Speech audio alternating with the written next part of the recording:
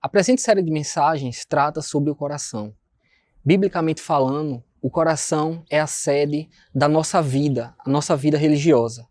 Ele abrange tanto as emoções, quanto a razão, quanto a vontade e também o fundamento das nossas crenças fundamentais e essenciais. O nosso coração diz aquilo que nós somos de fato, a nossa identidade, os nossos desejos, a sede das nossas imitações estão todas concentradas no nosso coração. E é lá que acontece a mudança verdadeira da fé cristã. É lá em que acontece de fato o novo nascimento. E ali começa a brotar uma nova identidade, um novo caráter. Então, a importância dessa série se dá justamente para pensarmos quem de fato nós somos, o que de fato nós cremos, cultivamos e aquilo que nós apreciamos e desejamos imitar, seguir e servir. Qual o nosso referencial?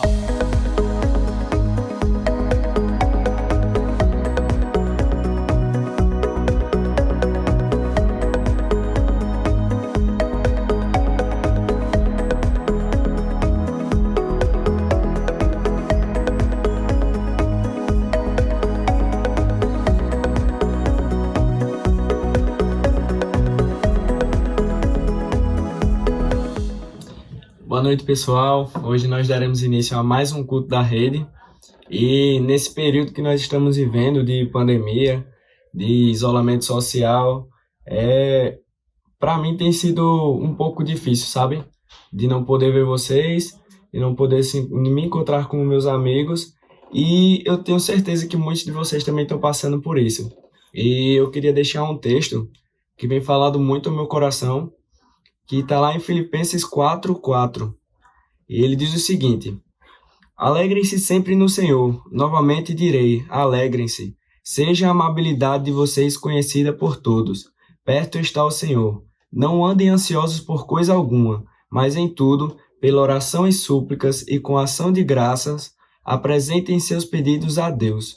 E a paz de Deus, que excede todo o entendimento, guardará o coração e a mente de vocês em Cristo Jesus. Então, eu acho que isso é algo muito importante para esse período, que a gente possa ter paz.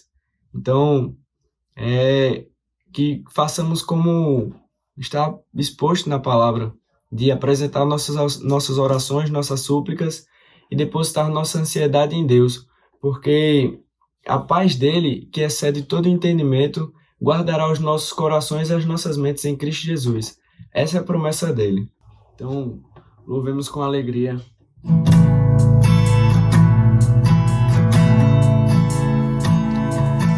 Faça o que você fez, morrendo por mim numa cruz. Os meus pecados lavou, e mesmo inocente se deu. Ainda é difícil entender a vida que trouxe o perdão. Graça sem fim, morreste por mim e agora vivo estou. Morte, onde estás?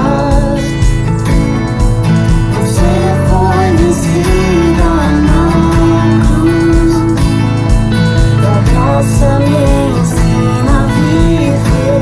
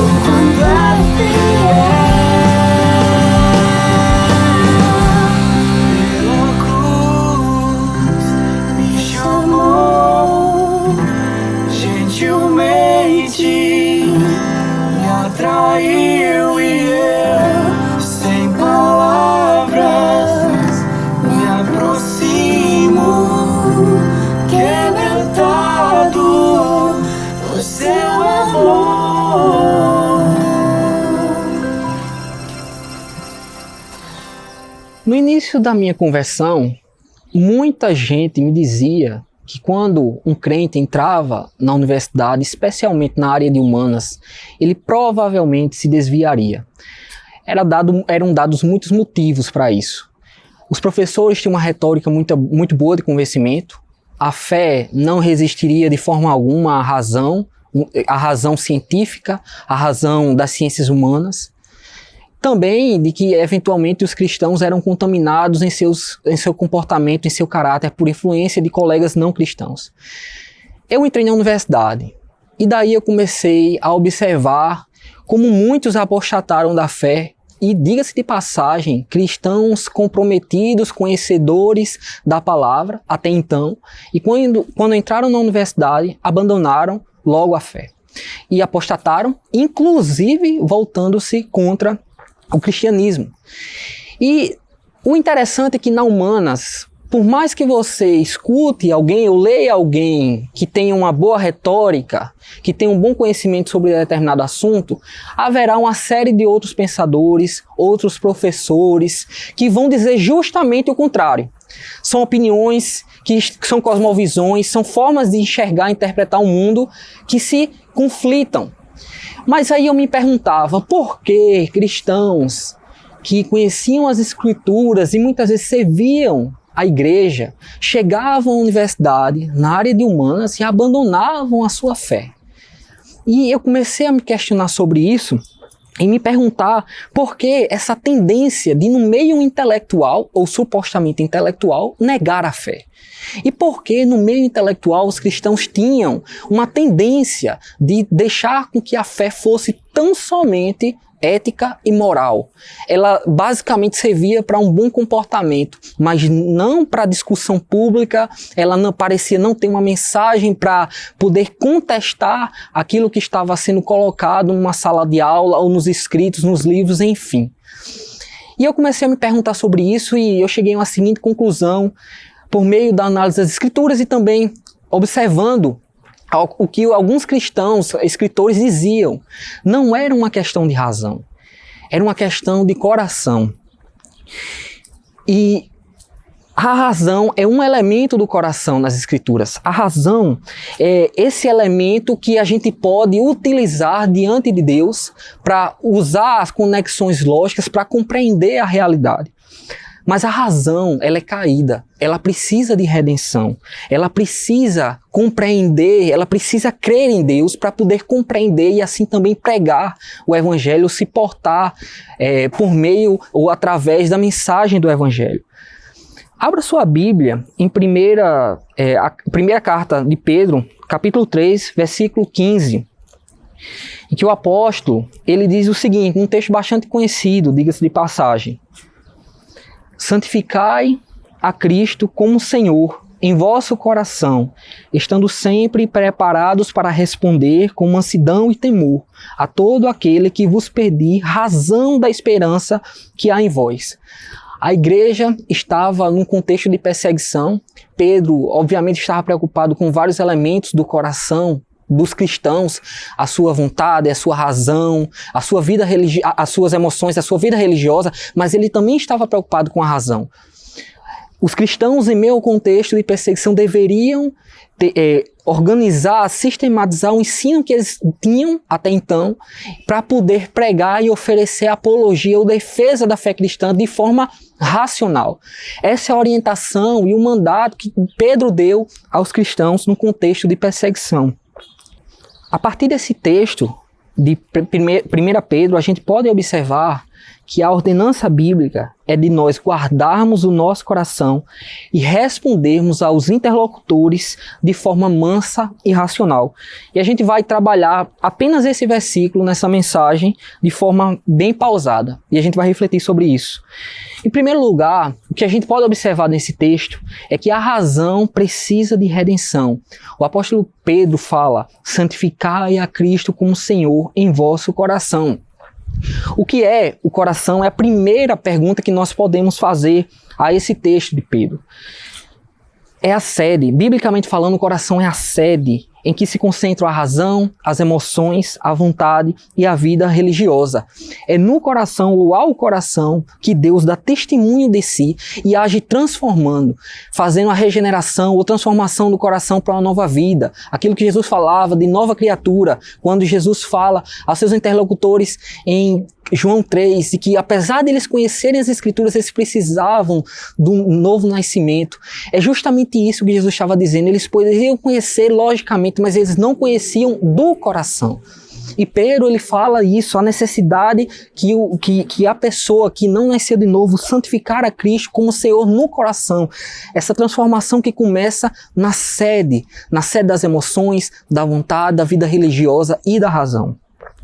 O coração, então, ele precisa de transformação para ter Cristo como Senhor. Essa é a mensagem que Pedro está trazendo nessa primeira parte desse verso. João Calvino, observando o ensino bíblico no que diz respeito ao coração, dizia que a reverência unida ao amor a Deus é o pré-requisito para conhecê-lo. Para Calvino, só se pode conhecer a Deus quem é transformado primeiramente no coração.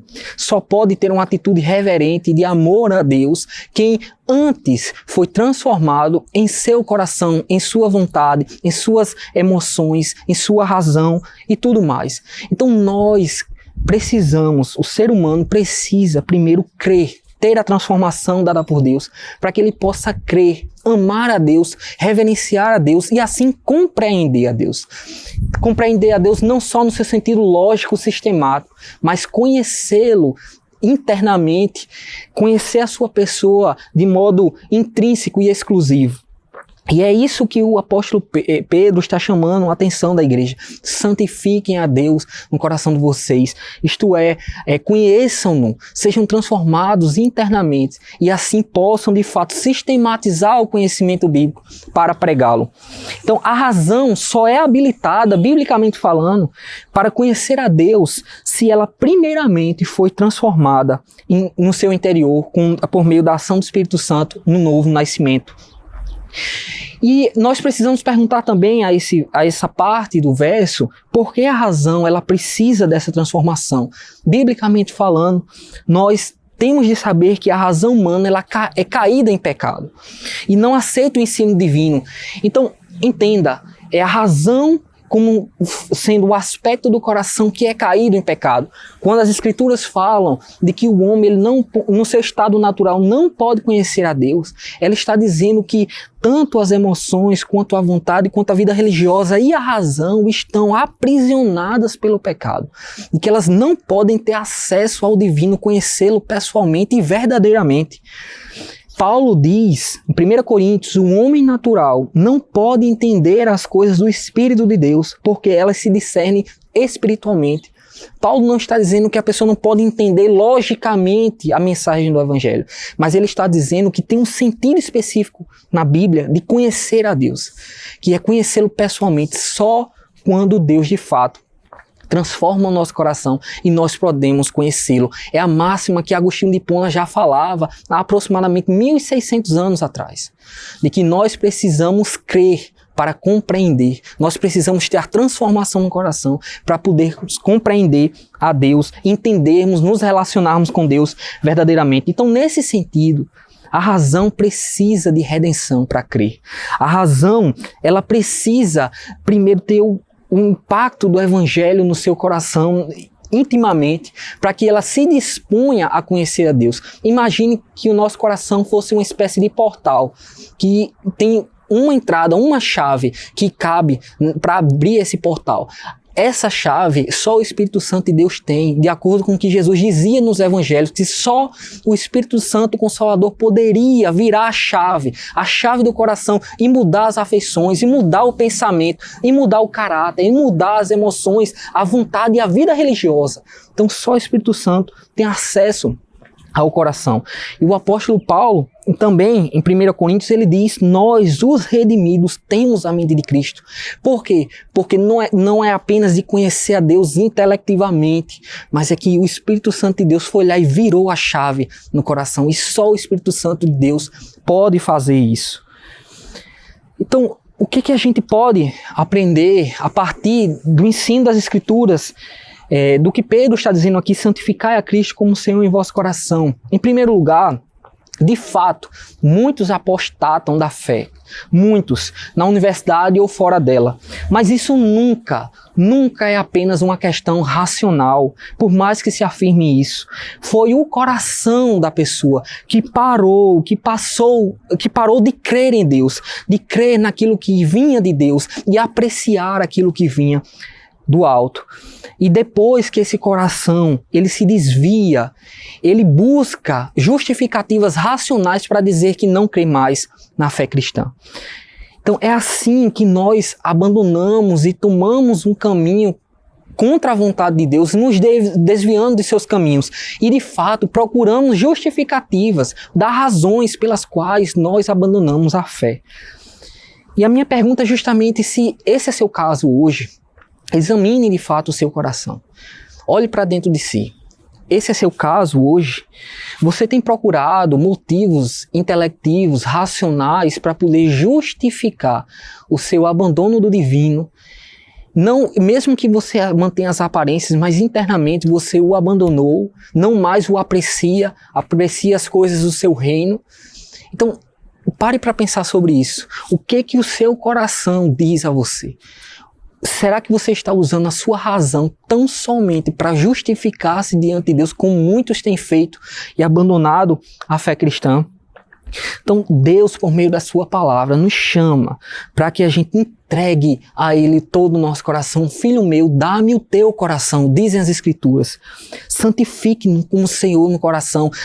Antigo Testamento, Novo Testamento, os pais da igreja, os reformadores, todos os cristãos que compreenderam sim das Escrituras sobre o coração, perceberam que nós precisamos da operação e da manutenção do Espírito Santo de Deus para que a nossa razão, a nossa vontade, nossas emoções, toda a nossa vida possa continuar apreciando as coisas do reino e vivendo para a sua glória. Santifiquem a Cristo no coração como Senhor, diz as Escrituras. Ademais, nós precisamos observar que, além de se desviar e procurar razões para justificar esses desvios, muitos dão um terceiro passo. Esse terceiro passo é justamente começar a apreciar e desejar a vida e o pensamento daqueles que não honram a Deus ou não vivem para a glória de Deus. E daí eles começam a imitá-los. Então, o cristão que começa a entrar numa espiral de decadência, de abandono da fé cristã a partir do seu coração, ele tanto abandona a Deus internamente, quanto procura justificativas racionais para se afastar de Deus, para justificar esse afastamento de Deus. Depois ele começa a apreciar e desejar a vida e o pensamento, a reflexão daquilo que não é de Deus. E daí ele começa a imitar essas pessoas. Então perceba que nós somos pessoas que constantemente imitamos outras pessoas, aquelas pessoas que nós temos como referência em nossas vidas. Não é possível viver em uma vida social sem imitação, sem buscar um ponto de referência e dizer, olha, eu gostaria de ser assim, eu gostaria de fazer isso ou aquilo. Nós, na nossa área profissional, na nossa área afetiva, na nossa área pessoal, em tudo, nós imitamos. Nós fomos criados para sermos seres que imitam, mas nós deveríamos imitar a Deus tão somente. Mas por conta do pecado de Adão e Eva, nós apreciamos outras coisas, criamos outros ídolos e colocamos eles nos lugares e nós começamos a racionalizar como imitá-los e como isso nos justificaria diante de Deus. E essa é a espiral de decadência, essa é a espiral de abandono de Deus no coração. Então, a minha pergunta é justamente quem seu intelecto hoje em dia tem cultivado como referência para a imitação? O que você tem sistematizado racionalmente na sua mente para se justificar diante do mundo ou diante de Deus, para que você cultive certas imitações, certas posturas? Será que é um blogueiro famoso e você deseja a fama ardentemente, está disposto a fazer qualquer coisa pela fama? Será que é um milionário promíscuo? Será que é um corpo sexualmente atraente? Vejam, meus irmãos, tudo isso é extremamente passageiro. A fama, o dinheiro, ter um corpo sexualmente atraente, o sexo, tudo isso é passageiro. E Deus não nos criou, colocou essas coisas na nossa vida como fim em si. Então, a minha pergunta é justamente por quais sonhos e objetivos sua mente, sua imaginação estão capturadas? O que você almeja como sendo o alvo da sua vida? O objeto, seu tesouro. Lá está o seu coração, dizem as Escrituras. Você precisa, se você tem pensado e reconhecido que de fato tem cultivado aquilo que não é de Deus, colocado essas coisas à frente de Deus, criado ídolos e tentado sistematizar racionalmente, justificando-se diante de Deus o seu abandono interno da fé, o seu abandono no coração da fé cristã, santifique-no como o Senhor no coração, diz o apóstolo Pedro. Então essa palavra é para nós precisamos trocar tudo aquilo que é passageiro por Cristo, para que a gente tenha todas as coisas diante de Deus e para a glória de Deus. Santifiquem no coração de Cristo como Senhor. Além disso, as Escrituras falam nesse mesmo verso, o apóstolo Pedro diz, a fé deve ser racional e corajosa. E ele diz isso a partir do seguinte, quando ele afirma, estando sempre preparados para responder com mansidão e temor a todo aquele que vos pedir razão da esperança que há em vós. Ora, o que o apóstolo Pedro está destacando aqui como sendo formas adequadas do uso da razão?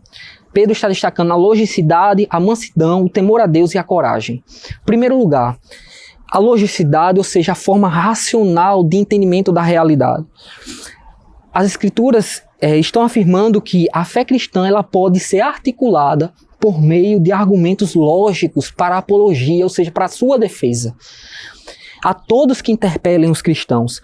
Então, a fé cristã é racional e apologética. A fé cristã, o apóstolo Pedro está dizendo, ela de fato, ela pode ser sistematizada racionalmente e ela deve ser defendida, ela deve ser pregada. Pregar é apologética, porque você está afirmando algo que é exclusivo e que exclui tudo aquilo que não concorda com o ensino das Escrituras Sagradas. Logo, pregar é apologética. Tudo que nós fazemos na vida é apologética.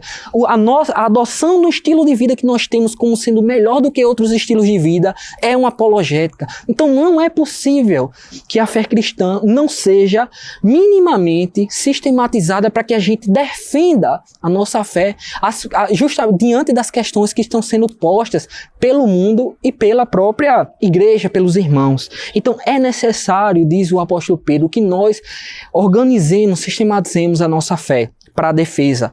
Mas isso é preciso destacar que o apóstolo Pedro está aqui rejeitando dois tipos de erro, que é o erro do racionalismo, que são aqueles que acham que é possível tão somente ter aquilo que é de fato compreensível pela razão e rejeitar tudo aquilo que as Escrituras trazem como sendo elementos extraordinários. A fé cristã deve ser racionalizada de ponta a ponta, diriam esses racionalistas. Então, isso quando a gente observa o que aconteceu na história da igreja, os liberais, por exemplo, vários teólogos cristãos pegaram o racionalismo do iluminismo e adotaram como uma forma de ler as Escrituras, e eles abandonaram as Escrituras. Começaram a dizer que milagres, que a queda, que a ressurreição de Cristo eram mitos de uma sociedade primitiva, e abandonaram a fé cristã. Então eles se tornaram racionalistas. Esse não é o propósito bíblico.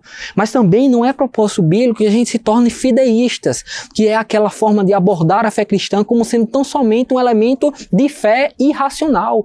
Nós dizemos, nós cremos e nós não precisamos de razões alguma para crer. Nós cremos porque cremos. E nós não argumentamos, nós tão somente cremos. Aceite se você quiser. Isso também não é bíblico. Não confunda as coisas, não seja um racionalista dizendo que isso é o ensino das Escrituras e não seja um fideísta, um irracionalista dizendo que isso é a postura ou o pensamento ou o ensino das Escrituras. As duas coisas estão equivocadas. Nós precisamos ter o equilíbrio cristão. Organizarmos a fé cristã e defendê-la diante de Deus, com temor e tremor. E é justamente isso que o apóstolo Pedro fala. Nós devemos racionalizar ou organizar a fé cristã de forma racional, de forma lógica, até onde a gente consegue, mas isso feito de forma mansa e temente a Deus. Por que Pedro está destacando isso? Porque se a gente não fizer a organização da fé cristã racional de forma não temente a Deus, a gente vai começar a extrapolar aquilo que a Bíblia fala. E a gente cai em várias outras heresias. A gente em nome de defender a fé cristã, nós começamos a criar outros ensinos que não estão nas Escrituras. Então é preciso ser rigoroso, cuidadoso com as Escrituras, porque Paulo diz também, não ultrapassem o que está escrito. E nós precisamos fazer isso de forma temente diante de Deus, para a glória de Deus. E também de forma mansa. Nós precisamos aprender a ouvir. Veja, a fé cristã, na sua defesa, na sua apresentação, na sua pregação, não pode se consistir numa postura tão somente propositiva, afirmativa, de tão somente falar e nunca ouvir. Isso está errado também. Nós precisamos aprender a ouvir o que as pessoas estão perguntando. Qual o clamor do coração dela naquele momento? Nós precisamos dar ouvidos para que a gente coloque o ensino e aplique o ensino das Escrituras da melhor forma para aquela situação específica. E isso mostra o quão a Bíblia é relevante para aquela pessoa ou para aquele momento na história da sociedade. Então nós precisamos, a fé cristã precisa ser organizada, precisa ser feita diante de Deus em temor e precisa ser apresentada de forma mansa, ouvindo e podendo responder aquilo que está sendo questionado. E o apóstolo Pedro fala tudo isso, mas ele deixa implícito algo fundamental, que não adianta ter conhecimento se não ter coragem. Veja, há muita gente que conhece bastante as Escrituras, mas não tem coragem. Quando chega em determinado momento, age de forma a evitar o conflito, porque sabe que se colocar o ensino bíblico naquele momento vai trazer rejeição. Então, não adianta. Não adianta conhecer as Escrituras e não ter a coragem de falar o que a Bíblia ensina, sabendo que vai ter oposição, que talvez um ou outro se torne um auditório positivo, que diga, olha, eu concordo com você, mas a maioria talvez se rebele contra nós. Então, nós precisamos ter a coragem e, de fato, todos nós erramos nesse sentido.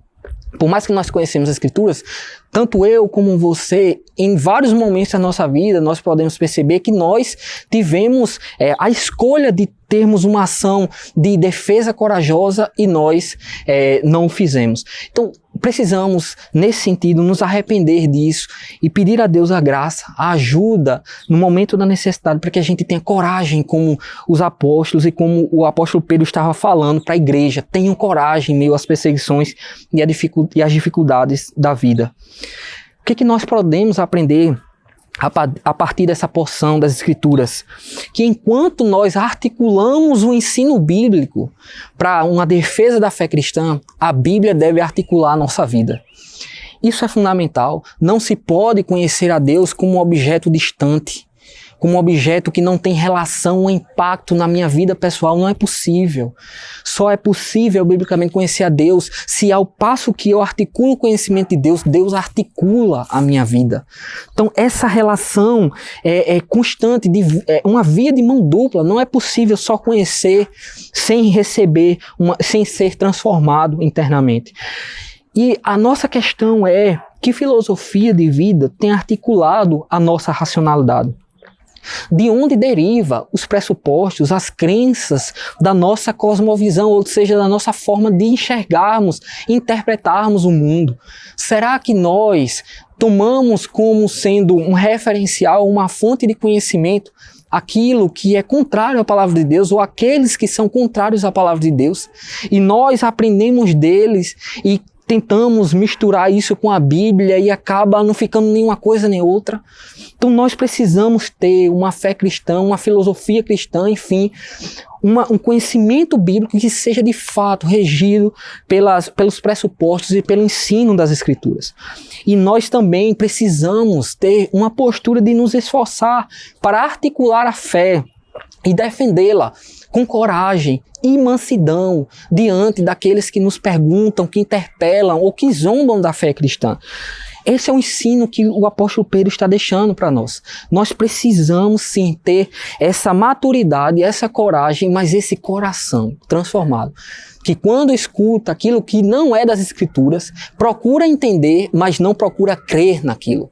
Você pode estudar vários autores, você pode compreendê-los, se tornar doutor, inclusive, em algum autor que não seja cristão, mas você não pode crer naquilo. O seu coração não pode ser moldado, articulado por aquilo. Porque você sabe que a sua subserviência é a Cristo e tão somente a Ele. Então, sendo assim, você vai necessariamente articular o conhecimento bíblico para poder criticar o autor ou, sei lá, o pensador, qualquer que seja, que se coloca contra o conhecimento de Deus. De maneira mansa e corajosa, inteligente e sábia. Nós precisamos fazer isso. Nós precisamos fazer isso. E outra coisa que também nós precisamos, que nós aprendemos nesse texto, é que nós não podemos ler, escrever, refletir da mesma forma e com os mesmos pressupostos dos não cristãos.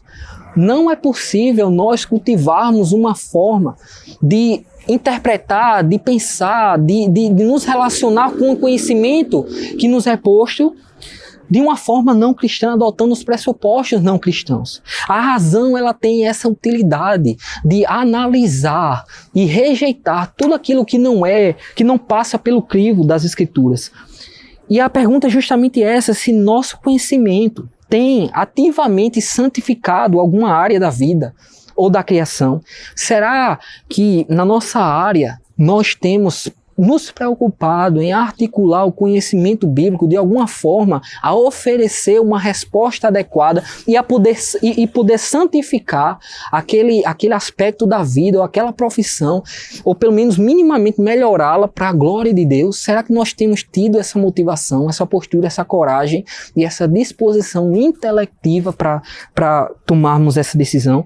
Então nós precisamos também refletir no tocante a isso.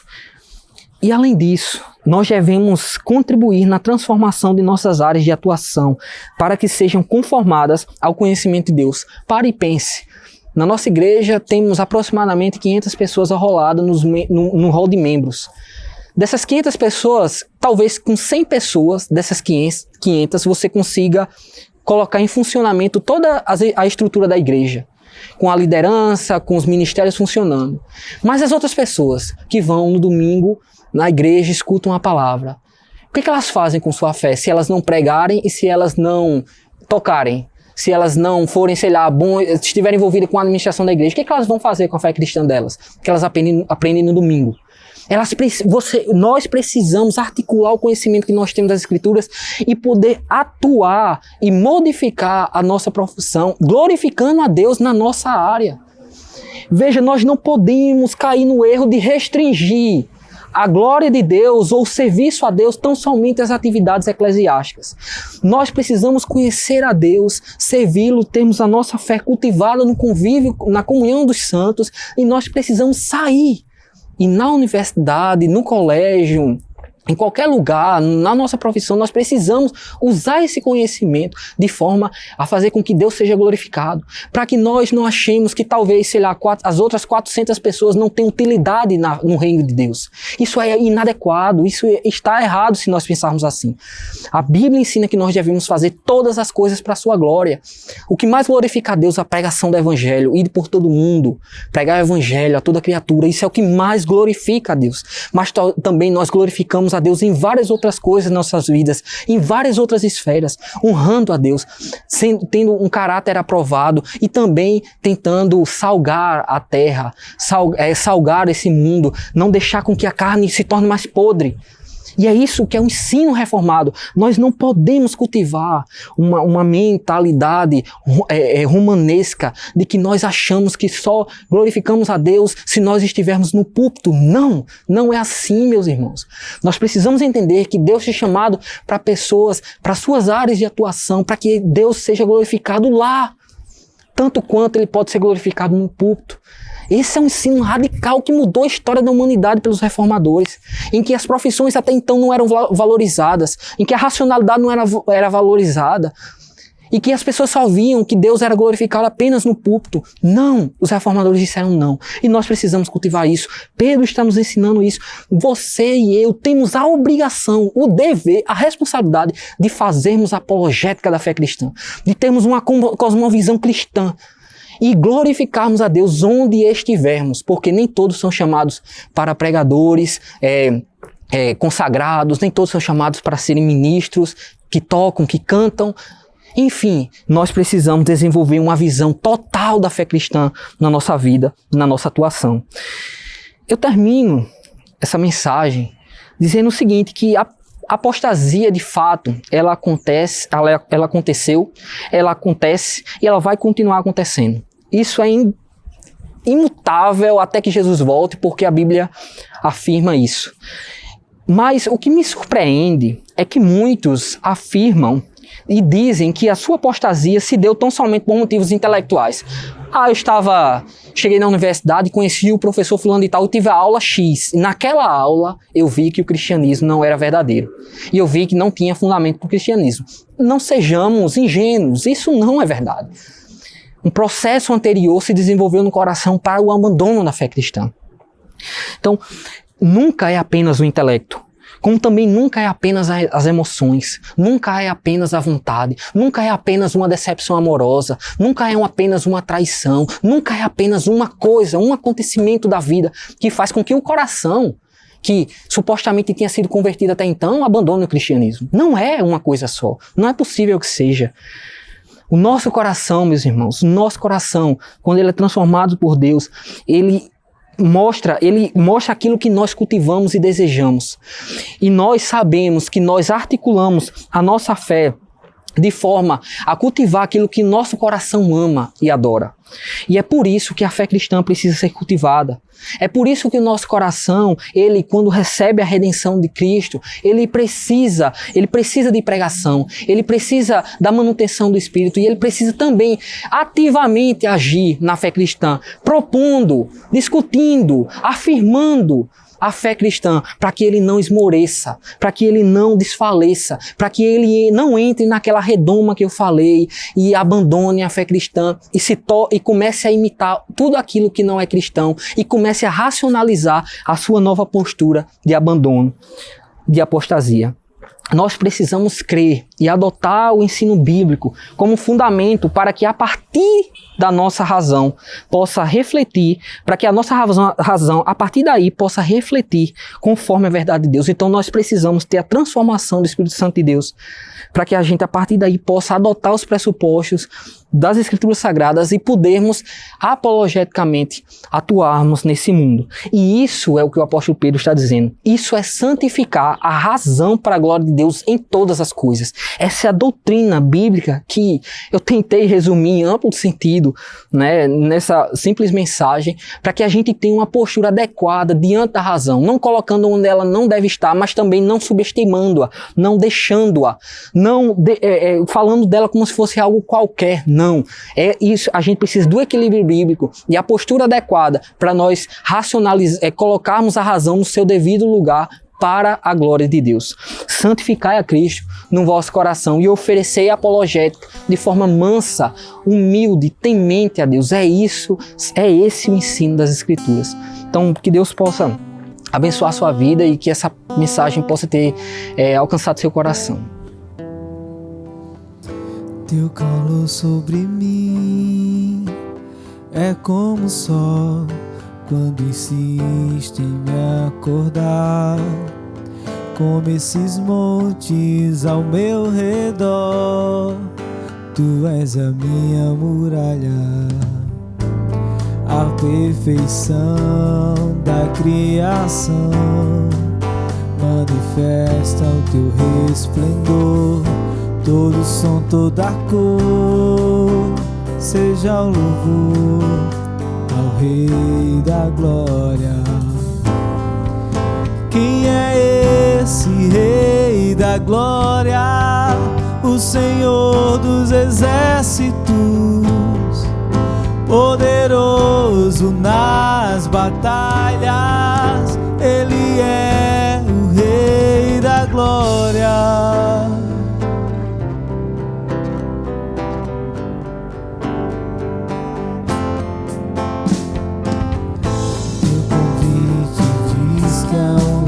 Pra mim, o teu amor és inocente, e se do barro em tuas mãos sai algo bom. O que dizer da obra terminada, esse prazer que tu tens em mim, me dá prazer em te deixar contente. Meu tempo é hoje, não está longe do dia que será pra sempre. Quem é esse Rei da Glória? O Senhor dos Exércitos, poderoso nas batalhas. Ele é o Rei da Glória. Quem é esse Rei da Glória? O Senhor dos Exércitos, poderoso nas batalhas. Ele é o Rei. Oh, oh, oh, oh, oh.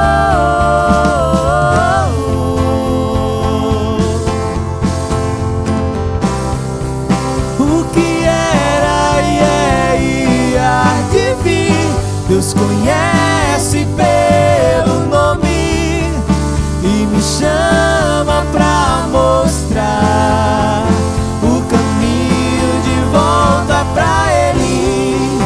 O que era e é e há de vir, Deus conhece pelo nome e me chama pra mostrar o caminho de volta pra Ele. O que era e é e há de vir, Deus conhece pelo nome e me chama pra mostrar o caminho de volta pra Ele.